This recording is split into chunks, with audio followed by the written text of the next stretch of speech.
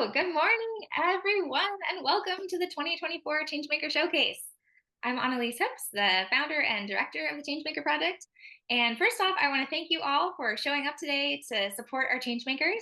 You guys are amazing. Whether you're a teacher, a student, a family member, a mentor, a fan, we're just really grateful that you're here. Many of you attended our global pitch event back in February, where our teams were awarded funding for their project ideas. And some of you may have even helped to fund their projects. So thank you so much if you did.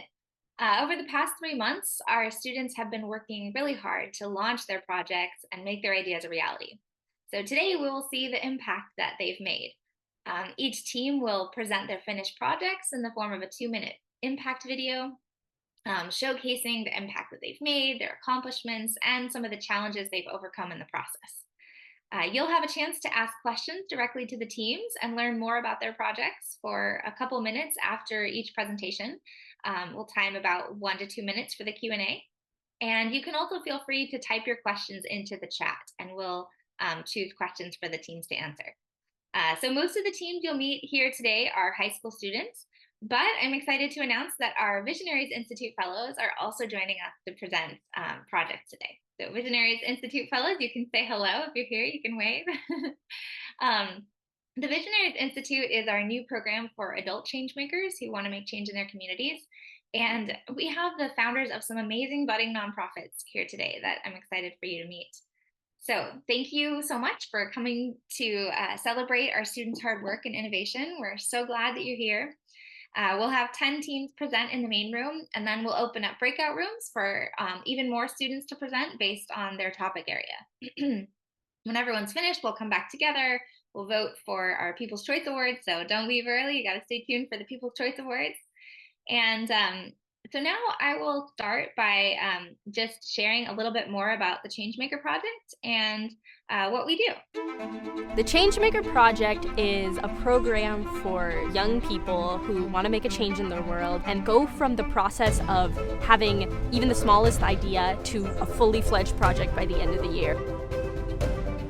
I have actually realized how huge the spectrum of different issues around the globe is. As you can see by our 3D model, we have a shade structure. We are creating an educational video series that will train 3rd through 5th graders. We came up with this project to tackle the problem of poor sanitary conditions at the dummy market. I can now say that I am a leader and a change maker. I am capable of more things than I thought I was. Thanks to the Changemaker Project. If tools such as the Changemaker Project meet people who are motivated and capable, that's where change is made. The Changemaker Project has restored my faith in humanity. And I have a hope for our future. All right, so hopefully we're back to my slides now. There we go. So our curriculum has 3 main components. We do leadership development, we help students to understand the problems, and then we help them to build solutions with design thinking. So we try to instill these qualities of leadership, vision, confidence, initiative, empathy, and resilience in our change makers. We help them to explore a wide landscape of social justice issues, including discrimination, social inequity, health and safety, animal welfare, and environmental protection.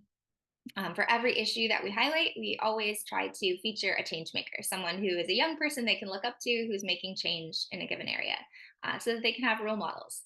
And then we help them to build solutions with design thinking. And this student shares the greatest skill that I gained from participating in the Changemaker Project was empathy, because when I did my empathy interview, I had to put myself in their shoes. So a lot of students will share that. They might even talk about it today in their projects, that going out into their community, doing empathy interviews was something that really helped them to understand their problem in a different level. And so back in February, many of you attended our global pitch event. This is where students have a chance to actually get funding for their ideas. This is what it looked like when it was in person. Of course, now it's all virtual. But a lot of our students were able to receive seed funding for their projects, and then they were able to implement them. So over the 3 months after global pitch, we have the students kind of implement their projects. We support them with mentors. And of course, the funding that they receive from global pitch allows them to execute their ideas. So today you're going to see the impact of the projects that they've created. So we've worked with thousands of students now in over 35 countries. And the beauty of this is that they get to really work with and learn from students from all around the world. So it's a great way for them to kind of expand their create cross-cultural friendships and really, expand their perspective on the world. We have a leadership pathway, so students can continue year after year earning new leadership badges, developing those leadership qualities, and they can either continue an existing project or they can start a new project year after year. We also have our Visionaries Institute. So this is, again, for the innovators who are over 18 who want to join our leadership pathway. So it's an online course where they can learn social entrepreneurship skills and tools, connect with a cohort of change makers in monthly live calls, learn from experts in the nonprofit space, and receive mentorship and support on a project. It's also an opportunity for budding nonprofits to get funding because we allow them to pitch a global pitch as well. All right, so I'm going to stop there. Well, actually, real quick, I'll just touch on opportunities to contribute to our work. So if you're feeling really excited about the projects that you see today, there are lots of ways that you can contribute. So you can refer a teacher to the Changemaker project. We have our early bird deadline is coming up on June 15th. So if you have a teacher that you want to refer, maybe Maya could put the link in the chat for our teacher page. You could send them our website and just share this opportunity with them that they could get their students involved next year. Another way to get involved is as a mentor. You could mentor a team next year, and you can join our monthly giving program to sponsor a Changemaker. So this is kind of how our program is sustained, is through the generous support of our donors. All right, and I want to end by thanking our sponsors, the Pollination Project and Mobius. Thank you so much for your ongoing support. They've been sponsoring this event since the very beginning, and we're so grateful. All right, so I'm going to stop my share there, and we are going to get started with our pitch videos, our impact videos. All right, so Water Girls, are you guys here? You can say hello. Hi, we're here. Hi. Awesome. All right, so we're gonna play your video next. In Uganda, school-aged girls are walking miles each day in order to get water for their families. The water that they collect is contaminated by human waste and other dangerous bacteria that gives individuals waterborne diseases. These girls are missing out on education due to the time committed to collect the water and the time spent recovering from illnesses they get from the water.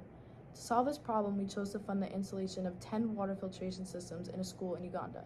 This filtration system will filter bacteria and clean the water, promising safety to everyone. To fund a whole school, the systems would cost $1,500. We wanted to educate people on the water scarcity in Uganda. So before our fundraiser, we went to our elementary school to teach about 200 fifth graders about the effects that the lack of clean water can have on young children. They helped us to promote our event by making posters which we hung around the high school. In order to raise the money we needed, we hosted an event called Waterpalooza at our high school. We set up educational and outdoor games on our high school turf. We sold customized shirts and baked goods. We also sold shirts at our school during lunch. With this and promoting the GoFundMe, in the end, we were able to raise $1,528. Our water filtration systems will allow 1,653 children to have access to clean water in their school. They won't have to miss out on school to collect water and won't suffer from waterborne diseases anymore. We hope to continue to raise money for the African Water School to fund other schools in need. Hopefully, we were able to impact and inspire others to get involved as well. We would also like to thank our teachers, Mrs. Squadron, Mrs. Gewitz, and Dr. Layden for all of their support during this project. We truly could not have done this without them. We would also like to thank Father Simon, who inspired us to get involved, as well as Mr. Tony Woodruff and those at the African Water School who will be using our donations to actually implement and maintain the water filtration systems at the Matindi School. Finally, we would like to thank all of those, including the Changemaker Project donors and the One World Club, who supported us through generous donations and allowed us to make this project a reality. Thank you. Hey, awesome. Let's give them a hand. Thank you, Water Girls. So let's have 2 minutes for questions for the Water Girls. Who has a question? You can put it in the chat or speak up.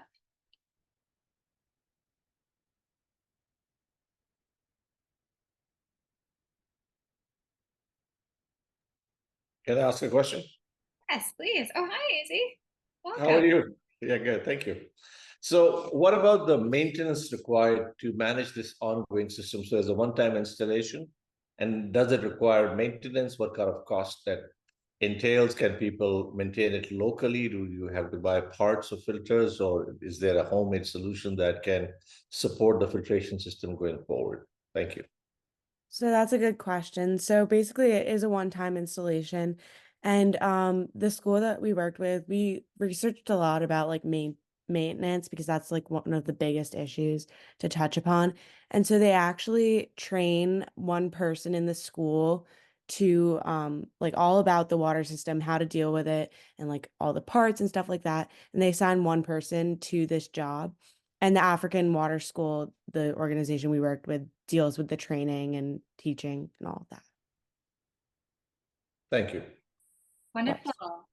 Maybe one more quick question. Got 40 seconds left. In the chat. Oh, there's a chat. What was the most rewarding? This is Layden asked, what was the most rewarding part of the project for you? Do you want me to take this one, Emily? Yeah. I feel like the fact that we're gonna impact 1,700 people with just the installation of 10 water filtration systems. I think the impact that we're gonna make on these kids and the lives that we're gonna change. I think that's the most rewarding part of it. Amazing. All right. Perfect timing. So we're gonna go on next to Do What's Right. Let's give them a hand. Thank you, Water Girls. All right. So now we have Ashley with Do What's Right. You want to say hi, Ashley? Hi, everyone. For my project, Do What's Right, I chose to tackle the book banning epidemic. Thousands of students are faced with the reality of going to school with inadequate access to books that feature people of color, LGBTQ+ themes, and stories that challenge racist ideologies. This is a significant problem because students should be able to read rhetoric that applies to their lifestyle and enjoy literary classics with the freedom to read. My solution to this problem was to create an advocacy campaign entitled Do What's Right. First, I created the Banned Book Forum website, which has everything a censored student might need: digital books, organizations who specialize in the world of book bans, data, and much more. I also brought in Emily Drabinski, the president of the American Library Association, and Cameron Samuels, a student advocate, to educate my community on the topic of book bans. Fortunately, my district has not faced any challenges, but as a result, many are uneducated in the topic of literature censorship. This allowed me to personally ensure a new population of students becoming engaged in the topic. More recently, several bookstores and literary agencies have been blasting my website out to their communities and have told me what an impact this will have on the respective demographics. My plans for the future include selling tote bags that have my website's logo on them that I already ordered to raise awareness for my website and funds for the Eleanor Roosevelt Center at Valkill, which has done several amazing projects advocating for this issue. I would like to say thank you so much to the Changemaker competition and the community donors who not only donated funds but allowed me to fight for a cause I believe in. I would also love to thank my incredible teachers, Miss Squadron, Miss Gowitz, and Dr. Layden, for their immense support during this journey. They've truly helped me in every aspect of this project and allowed me to follow my dreams. Thank you. Thanks, Ashley. Wonderful job. So who has questions for Ashley?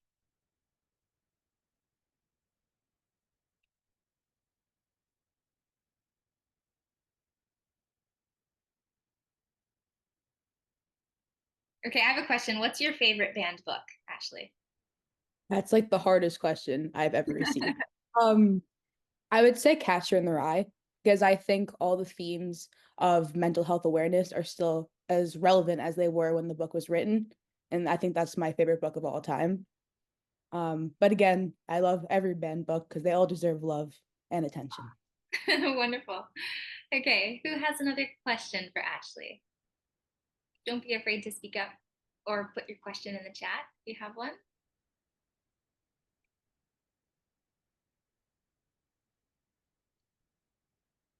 Other students, you want to ask Ashley a question? Oh, I would love to. I'll share the website link. Sure. And maybe I can just add a little update. My bags did come with my website logo.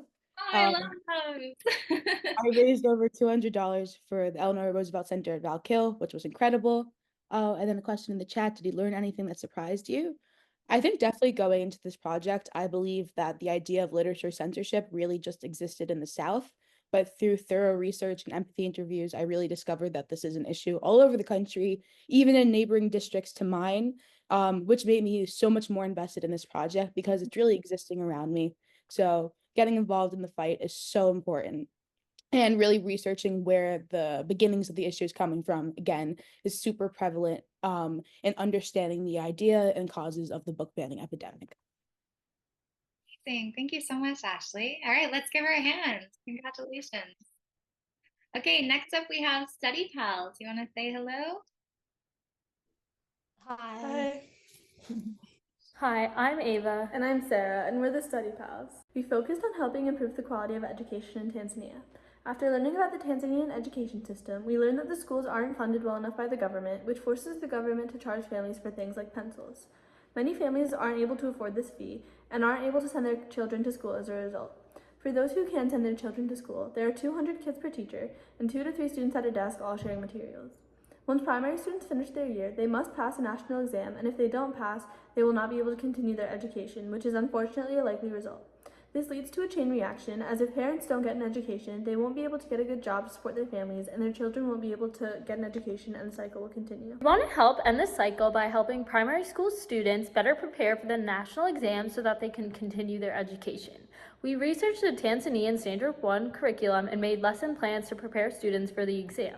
The curriculum was used in our tutoring exchange program, where we got many students from our school interested in volunteering to become tutors, and we've gotten schools in Tanzania interested in our program. We also created a website where people can be educated about the issue, places for them to donate to the Gail Lynn Cliver Student Fund, and to donate for any future necessary data vouchers so we can reach more schools with our program in the future. So far, we have connected with the Kajamilo School, which has fit in with our requirements, and we are ready to start tutoring programs when they need us. We are going to continue this exchange for years to come. We plan to continue this after we graduate and recruit new people as we go on. By keeping this program going, we will reach more students, and our project will continue to grow with time. Firstly, we would like to thank Gail Cliver, as our project would not have been possible without her. Gail has connected us with Tanzanian schools and students, and she has helped us find a solution that would have the biggest impact. We are so grateful to her because she has found time to help us while also running her own nonprofit, the Gail and Cliver Fund. We would also like to thank Ms. Squadron, Ms. Gewitz, Dr. Layden, and Ms. Stahl. Lastly, we would like to thank the Changemaker Project for making it possible for us to make change.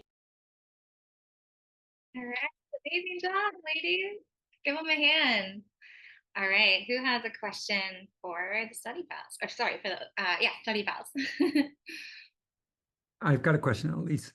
How many tutors did you get? I saw you had that sign up for students from your school that could tutor. How many did you get going? So far, we have 15, but we're still gathering more. That's great. We have another question in the chat. Tell us how you did or will think about cultural competency or cultural competence in developing the lesson plans and ensuring they resonate with students. Since we researched the Standard 1 curriculum, we based it off of what in Tanzania they needed. So that's how we're it's not from us what we're doing. It's more decided from what we saw they needed. Okay. Okay, great. Any other questions?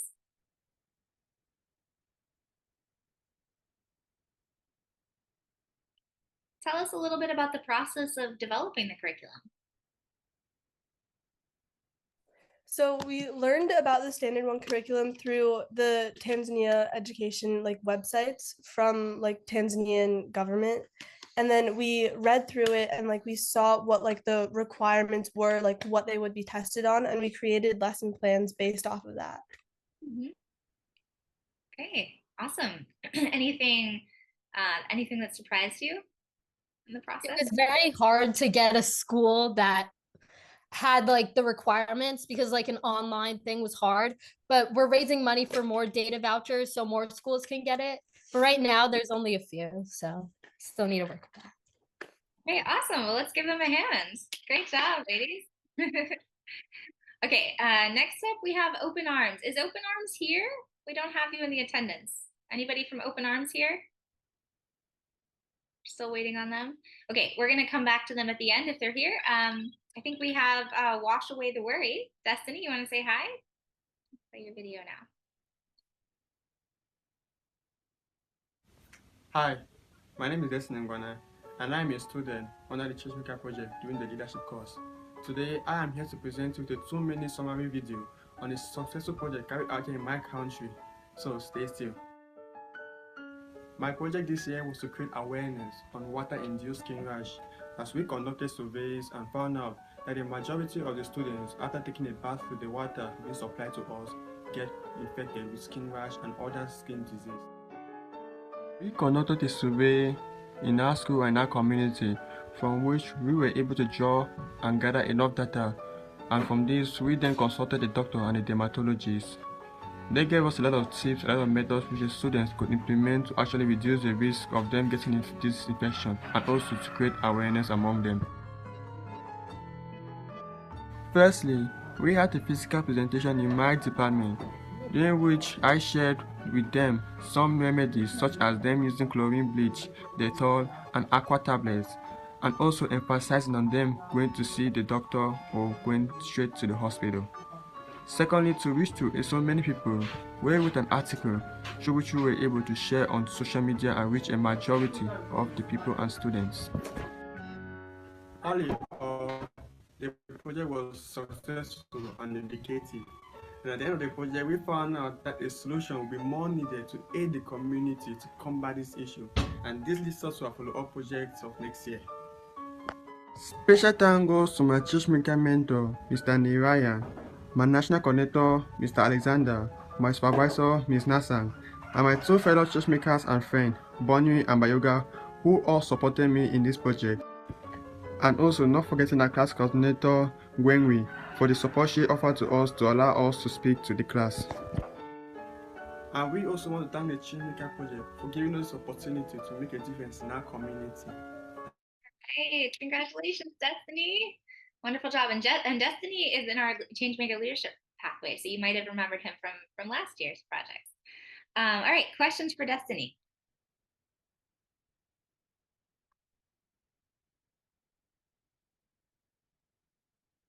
Guys are shy with the questions today. I'll go. I didn't see your previous video, but is the issue that the water's contaminated? Is that why they get the skin infections, or is it just something else?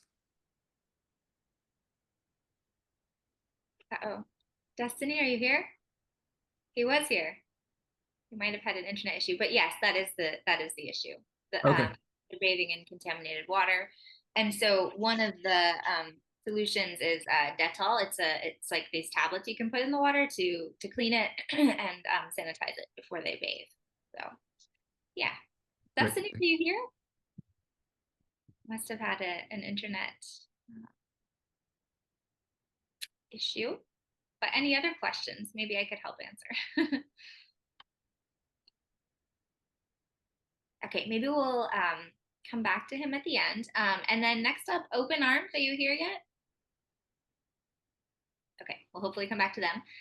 Next, we have Wrongful Convictions. Is Wrongful Convictions here? I saw you guys. Yeah, hi. All right, let's play your video.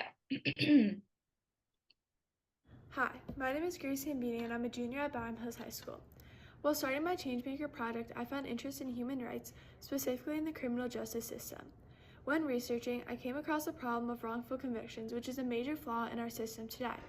Between the years of 1990 and 2023, there have been about 3,500 exonerations in the United States, and that is only the number of those who were lucky enough to get exonerated. I reached out to the Innocence Project, which is an organization that helps exonerate people who are wrongfully convicted by taking a deeper look into their cases. Through them, I was able to get in contact with Kara Kovalich, and she was able to connect me with Ron Wright, who is an exonerated individual from Florida. During my empathy interviews, I was able to realize the importance of education, which is why for my project, I set up a lunch and learn with Ron Wright. He talked to about 40 students from grades 9 through 12, as well as high school teachers in my school to share his story. I also created my own lesson plan about wrongful convictions with a follow-up activity highlighting 4 individual stories to show the variety of backgrounds that wrongful convictions can impact, to keep educating and spreading awareness. I taught this lesson to 2 sophomore classes in my school, which had about 30 additional students. In the future, I hope to continue to educate others and keep bringing light to this topic. I plan to leave this lesson plan with the Global Scholars class so they can continue to teach it to more future students. I want to thank my teachers, Mrs. Gewitz, Mrs. Squadron, and Dr. Layden for helping me and supporting me with this project during this year. I also wanted to thank Ron Wright, who made time to come to share his story with me and with other students and teachers, and Kara, who helped me set all this up. Good job, Grace. Let's give her a hand. Who has a question for Grace?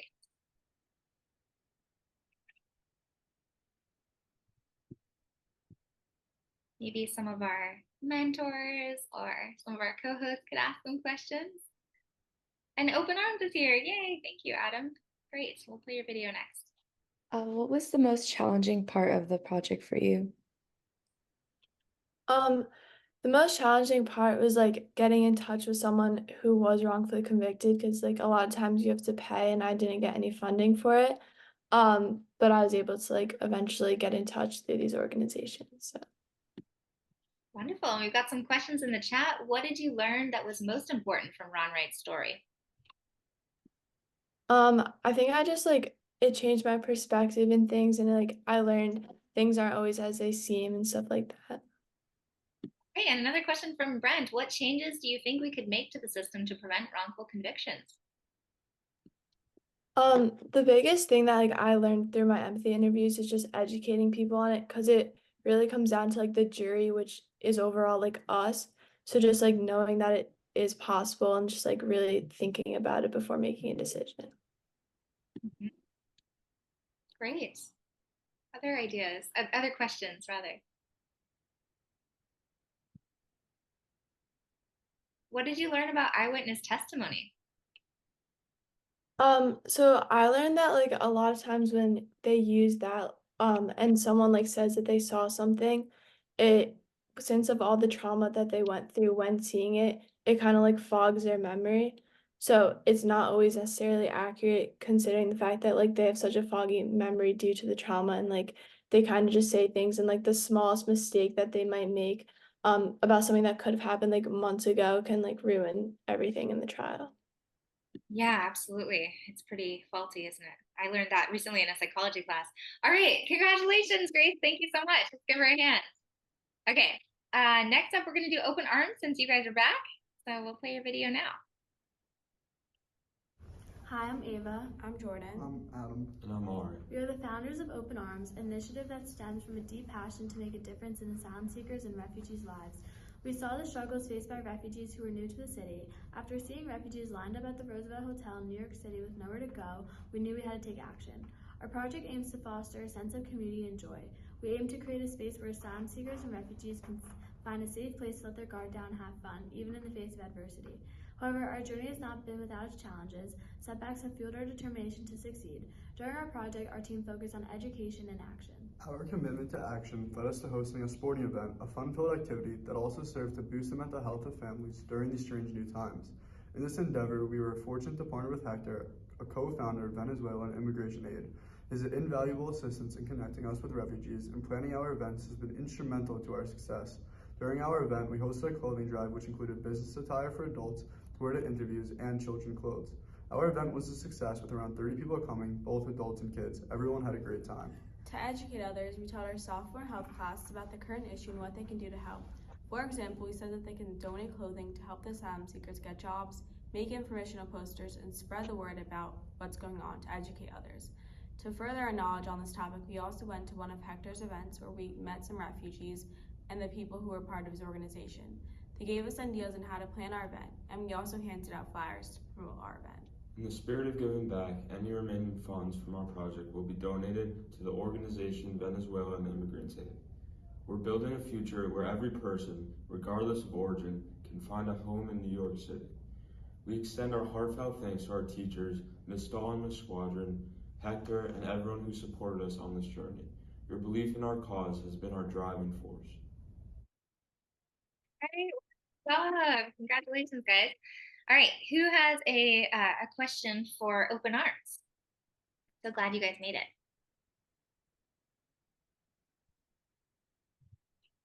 What are your future plans for this project? So currently we're trying to keep these events going every few months, and right now I'm trying to create a new club that was already made but then it got lost this year. So It's basically helping like the youth get involved with refugees and asylum seekers in New York City, and hopefully next year we'll get the club up and running again, and we'll be able to have more of these events. Cool. Was there a lot of support from your school in the donation drive? Yeah, we got a bunch of clothes. I mean, every one of my group's families donated a good amount, but there was already some pre-existing donations that were left over from another clothing drive, which helped a lot too. Okay, it looks like Dr. Layden put in the chat, what surprised you about what you learned from about refugees and asylum seekers? Um, some of their stories were really impactful. It was really like during the event we played soccer with a bunch of kids, and it was very fun to just like play soccer with them, kind of learn where they came from and how they came to the US too. Mhm. Awesome. And Narayan put in the chat, tell us how you would have or would be incorporating refugees' perspectives into co-creating these events. Love So that. as I said, we're in contact with Hector, who is from Venezuela, and he came as an immigrant. And so we've been texting with him a lot, and he's the one that kind of got the word out to the refugees and asylum seekers to come to our event. So with his help, we were able to shape the event around the refugees and asylum seekers' needs. Mhm. Awesome. Wonderful. Any other questions? Okay, let's give them a hand. Great job, Open Arms. Glad you could make it. All right, so next up we have STEM Spire with Hitanshi. You want to say hi, Hitanshi? I know she's joining us from a plane today, so thanks for being here. STEMspire and how it all started. It started by me going down to the village in the school and talking to the girls about how they should participate in sports. While doing so, they told me that if given an opportunity, they wouldn't really pursue career in STEM as they don't really know what it is. Young girls in India aren't encouraged to pursue STEM. They pursue jobs related to the arts and humanities. They don't want to pursue STEM careers because they don't really know what it actually is. They have never experienced it or actively seen it. So the solution that I came up with was to encourage and spread awareness to young girls about women in STEM and the possible opportunities out there for them. I was introduced to STEM with Scratch, and I wanted to share that with these girls. They can have their own experience with STEM and learn for themselves whether they want that kind of a career or not. I made STEM kits that have 3 essential components: tangrams, Arduino, and Raspberry Pi. I'm currently teaching 42 girls between 10 and 16 years old. I've made 30 STEM kits and I've given presentations to guide the students to use the kits. We've had 5 sessions so far. Projects we've done so far include we used hydrogen sensors to measure moisture levels in soil. We used motion sensor to turn on the light switch when you walk in the room. We made a water faucet that automatically turns on and off when you put your hands underneath. In this village, these girls have never seen that before, so it is very exciting for them. We've used 10 grams in pretty much every session. We used Raspberry Pi for detecting earthquakes, and since we recently had one, it was very interesting for them to do so. From the study that I conducted, I found out that 50% of the girls are more likely to pursue STEM career in STEM now that they have started exploring it. And we also conducted sessions with the teachers there, and I'd like to thank Annalise and Kathleen for their help, guidance, and support. The students there for being so patient with me, the teachers at the village school for helping me throughout the session and also promoting me in order to encouraging me to do more sessions. Thank you so much. Okay. Awesome job, Hitanshi. And she's joining in from an airplane, but hopefully she can answer your questions. So what questions do we have for Hitanshi? Kathleen, yes. Hi, Atanshi.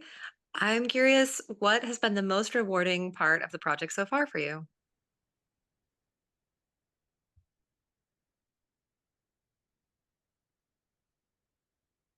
Are you there, Hitanshi? She was here. Are you having trouble connection, Hitanshi? I see her. Maybe you could answer us in the chat, Hitanshi? Let's see.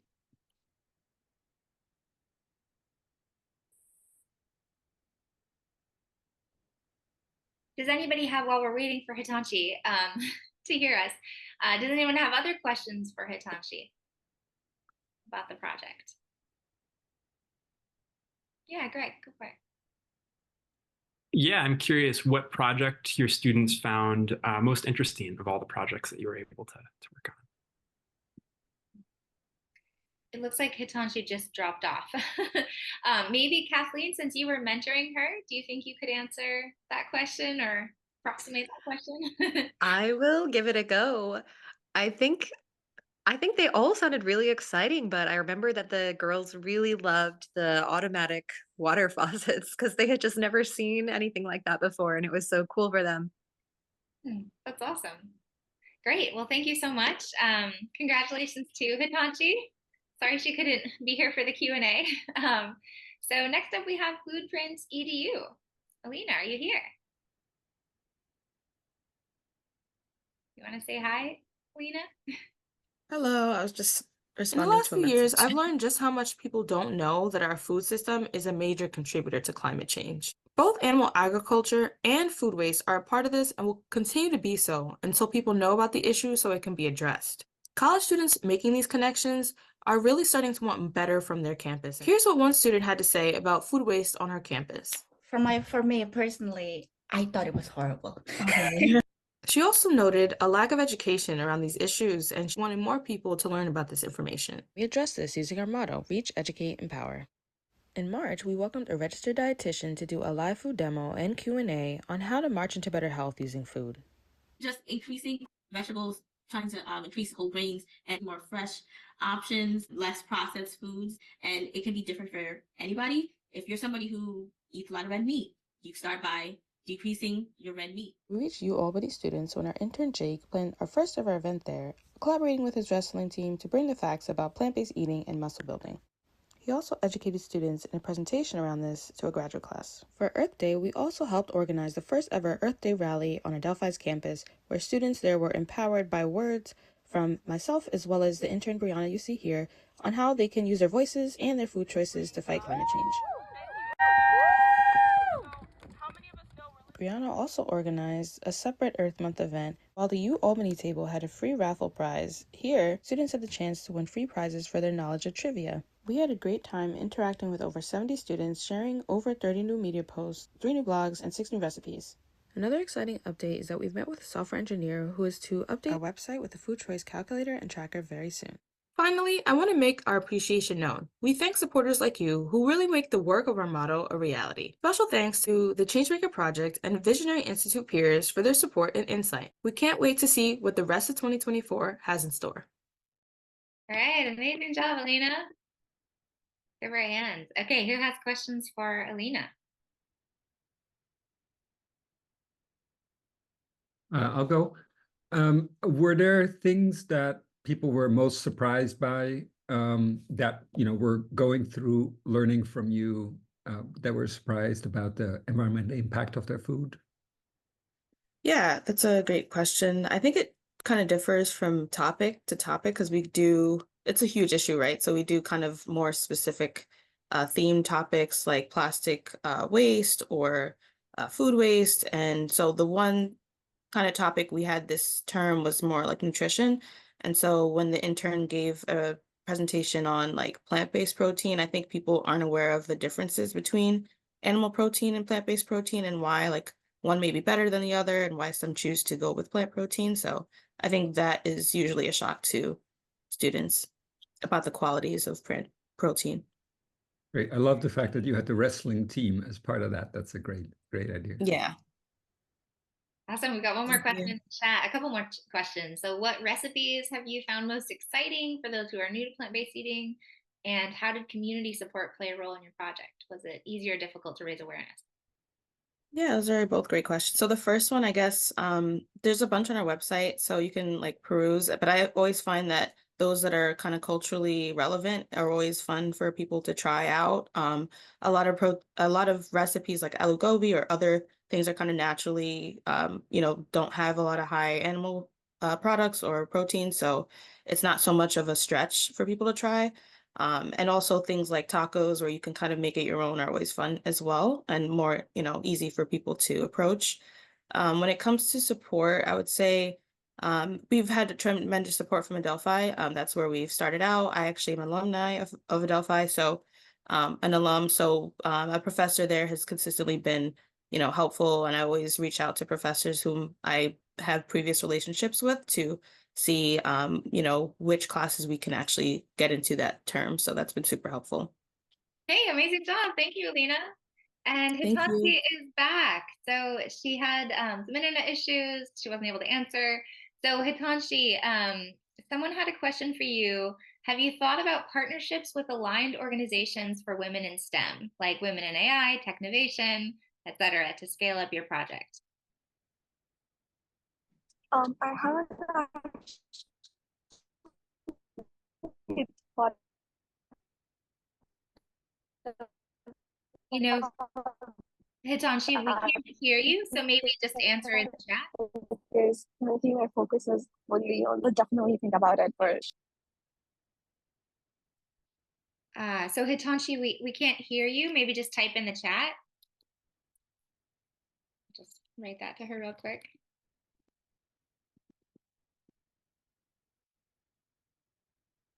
Okay, so I'm gonna just private chat some of the questions to Hitanshi so that she can answer them in the chat. And in the meantime, we will go on to our next video, which is Greg with charity elections. You want to say hi, Greg? Hey. Oh no, it's telling me it won't work. Why is this happening? Greg, do you want to share your video? In the meantime, let me go on to the next video, which is Crystal with Holistic Wellness and Health. And maybe, Greg, we can figure yours out in the meantime. Okay, you want to say hi, Crystal? Happy greetings. All right, here we go. Thank you for taking the time to learn about Holistic Wellness and Health's holistic plant-based agriculture and cooking program in Baltimore, Maryland. We started the project with thinking about how we would use a former urban farm that's been vacant for 5 years to grow food for the youth, the families, and the community, and revitalize the area. The youth were able to decide what plants they wanted to grow. So some of them decided to grow peas, some wanted to grow sunflowers, others wanted to just grow flowers that are beautiful, and others wanted to grow various types of food. So everyone had a choice in what they chose to get started, and we were using organic soil. So sometimes it's hard to find organic soil that does not have any animal products in it. By hosting intergenerational cooking classes, the youth were able to showcase to their families what they have been learning, what they've been growing, and they get to cook together and bring a greater community and sense of ownership of their program. Here's another class with them showing some of the things that they've been doing. Some of the people were able to take some of the food home to continue to develop their skills in their own home kitchen. Here's some of the early spring produce growing nice and neatly in rows, and they're available for the community to harvest and use as desired. We're grateful to be able to do this work to teach people about compassionate cooking, compassionate growing of food, and community. We would not be able to do this work without your support. Thank you to our funders. Thank you, Annalise. Thank you to the fellow changemakers, and thank you to the participants and supporters of this program. Great, wonderful job, Crystal. Thank you. Who has questions for Crystal? Thank you. I see a question in the chat or statement. Tell us more about how you found that organic soil and more about the holistic benefits of using it in your project. So it took some work. There's one organization that does mushroom compost that does not use any animal products that a lot of the farmers in Baltimore City use. So I was able to get some from them. And then I did some research online, and I was able to find a company through Ace Hardware, which is a local hardware store in Baltimore, Maryland. And it was definitely a little pricier, but I felt like it was worth it not to have to worry about the contaminants or like using blood meal and fish meal, which is in a lot of the organic soil.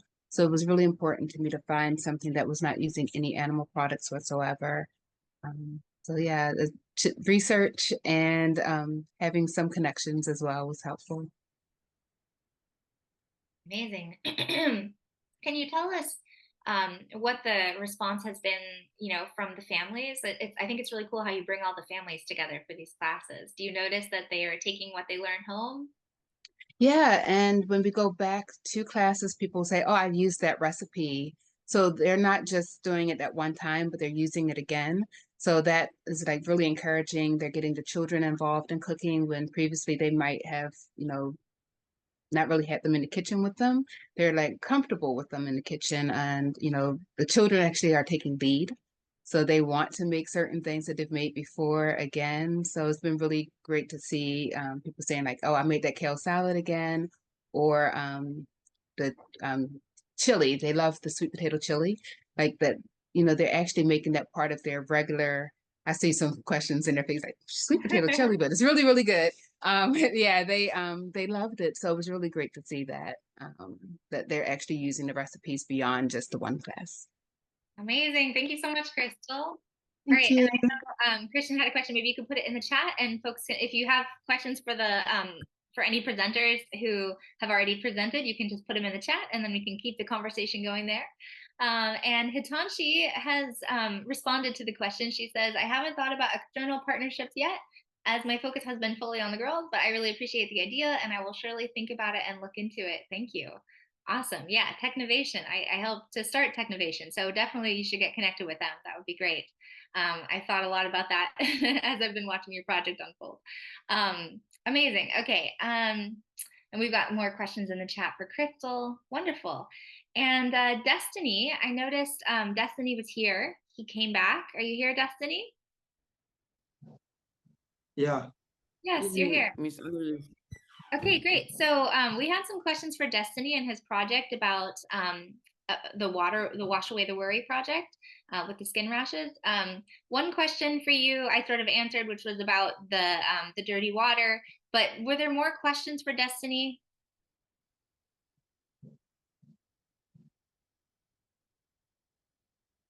Destiny, do you want to tell us what was the most rewarding part of the project for you? Well, the most rewarding part of the project I could say was actually the opportunity to actually talk to so many people, especially my age grouping and other elderly people. It actually gave me the courage at that time, and I'm really grateful for that. Wonderful.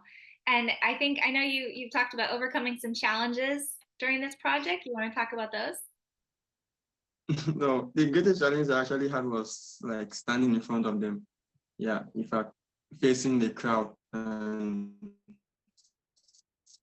speaking to them. At least I got the courage of that.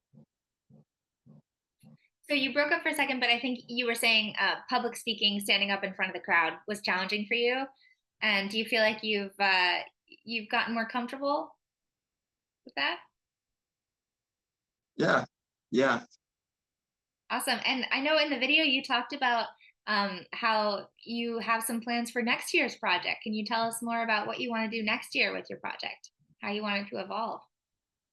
Well, this year was more of like creating awareness. And from my research, we found out that the community indeed has some challenges in getting the supplies to actually prevent the skin rash from the water that we get. So we are targeting to do an app project next year where we actually get funds and somehow support them to get those equipments. Amazing. All right. Congratulations, Destiny. Let's give him a hand again. I'm so glad you could join us for some Q&A. And if you have more questions for Destiny, you can go ahead and put them in the chat. All right, so Greg, I'm gonna try again with your video here, and let's see how it goes.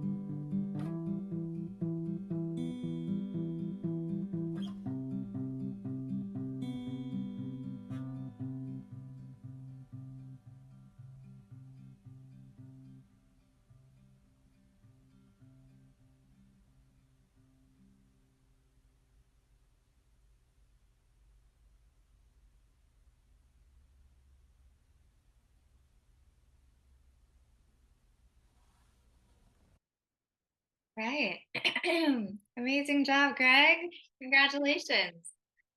Who has some questions for Greg? I'm going to get our breakout rooms ready. Yeah, so in terms of impact measurement, there's the 3 stats for the charities that were at the end of the video, but we also took data in the voter registration form before the event and the voting ballot at the end of the event. And we asked students questions about how much they valued compassion and critical thinking.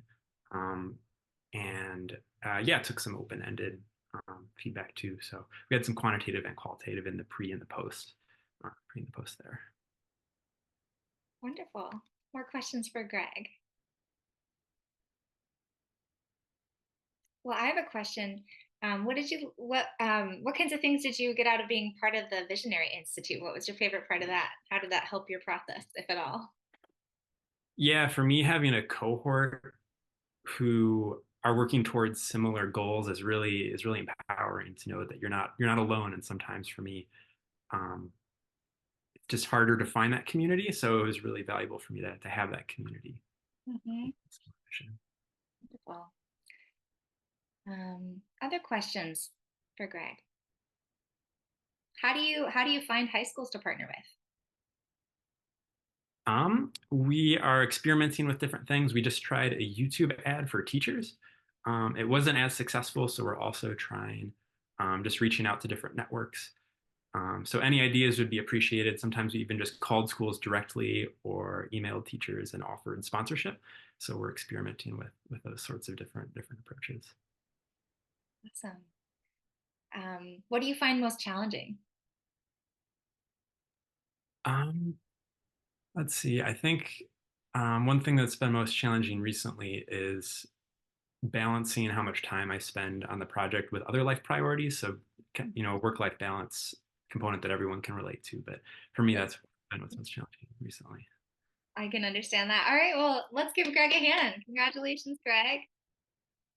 All right, so that's that wraps up our 10 teams for the main room. I want to give a quick reminder that if you know a teacher who has students who might benefit from this program, we would be so grateful for your help to kind of spread the word to teachers. Maybe Maya, you could put that link in the chat again for teachers to get involved. Our early bird deadline is June 15th, so please, please spread the word. Let teachers know about this program so that they can get involved. And I also want to ask if any of you feel called to support our work, you can become a monthly donor and sign up for as little as $10 a month to really help us to be able to empower these students and to do this work. So I know we have some donors in the audience. Thank you so much, donors. I'm so grateful for your support. And maybe Maya, yes, you already got the Maya or the donate link and the teacher link in the chat. Excellent. So next we're going to open up our breakout rooms, and we have wonderful facilitators that are going to be helping you in each room to play the videos, and it'll be a similar format. So you'll have a couple of minutes for Q&A after each video. Hey, welcome back, everybody. I hope you had a great time in the breakout rooms. Thank you to our facilitators for running those rooms. I know it's not easy, so thank you so much. Let's give a hand for our facilitators. Thank you guys so much for volunteering year after year to come back and help us run breakout rooms. It's awesome. All right, so we're going to wrap up today's event with our People's Choice Award. So let me go ahead and launch that. You can vote for your favorite team that you saw today. So you get one vote. Go ahead and vote if you get a chance. We'll give you a second to do that. And while you're doing that, I just want to once again ask your support to refer teachers to the program. And maybe Maya, you could put the link in the chat one more time. That is how we mostly get our students, is through word of mouth. So if you can help us to spread the word, with a teacher that you know, or a school that you know, or even a young person that you know who might want to get involved. Or you could share the Visionaries Institute with any young adults you know who are wanting to make change outside of high school. So excellent. Thank you so much, Maya. Awesome. She shared the Visionaries course as well. Fantastic. Okay, this is interesting. I'm watching the results come in. We've got 80% participation. Hopefully the rest of you will make your decisions. I know it's tough because wow, what an amazing set of projects we saw today. It's pretty incredible, right? Hard to choose. All right, well, while those results are coming in, I just want to end with a few more thank yous. I want to thank all of our sponsors today, Mobius and Pollination Project. Thank you so much for supporting this work, for supporting this event. We couldn't do it without you. I saw Ari was here earlier. Not sure if he's still here, but thank you so much, Ari. We're so grateful for your help. Let's give a hand to our sponsors. Okay, and next I want to thank all of our community supporters. So back in February at the Global Pitch event, we had a few folks who stepped up as community supporters and funded lots of projects. So that includes Chijoke, Jay, Christian and Gina. I know Christian's here. Mary and Brent, I know they're here. Thank you guys so much. Let's give a hand to our community supporters who funded these amazing projects. We really couldn't do it without you.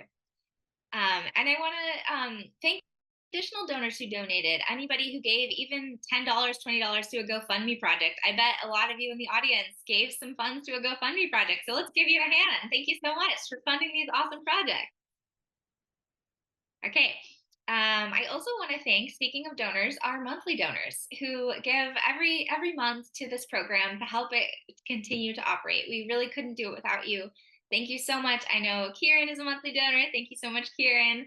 Other folks in the audience, I know Christian, other monthly donors. I won't shout you all out, but thank you so much for all of your monthly ongoing support. You guys are amazing. Okay, next I want to thank our teachers. I know that Dr. Layden and Lisa Squadron is here. Anyone else? Any other teachers here that I missed? Maybe some shy teachers? All right, let's give a hand to our teachers. Thank you so much. We couldn't do this without you.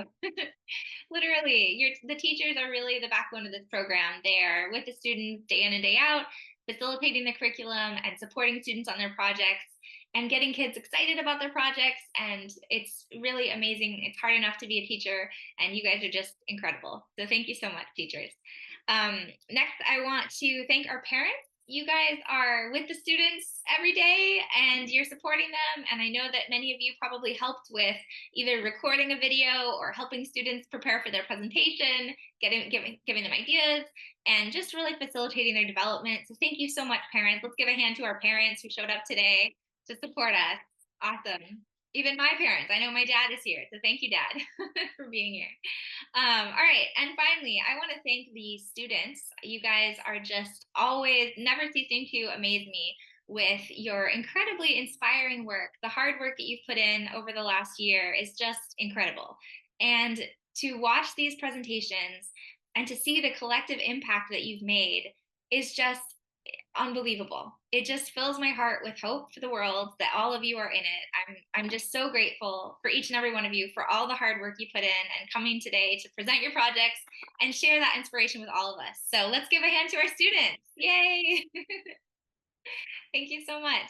Okay, I think our People's Choice Award is finally finished. So I'm going to end the poll. Hopefully everybody got a chance to vote. And it looks like, let me take a look. Who is the winner? It's a close one. Just want to make sure. Okay, I think we have our winner. What to do? Let me find. Okay. All right, the winner is, drum roll, Do What's Right. Congratulations, Ashley. Thank you, everyone. I really appreciate it. Yeah, do you want to say anything about your project? Any final words? I have loved to read since I was a very little girl, and I have been so happy I've been able to pursue this project with the help of my incredible teachers, Dr. Layden, Ms. Squadron, Ms. Gowitz, and Annalise. You've been so wonderful, and the Changemaker project is wonderful, and I could not have done any of this without Global Scholars, the most amazing course on the planet. Go to your public libraries, support your bookstores, and this has been amazing. Thank you so much. Yay. Thank you so much, Ashley, and congratulations. All right, well, that concludes our Changemaker Showcase. Thank you so much for coming, and we hope to see you next year. And thank you guys. Have an amazing weekend. Take care. Bye, everybody.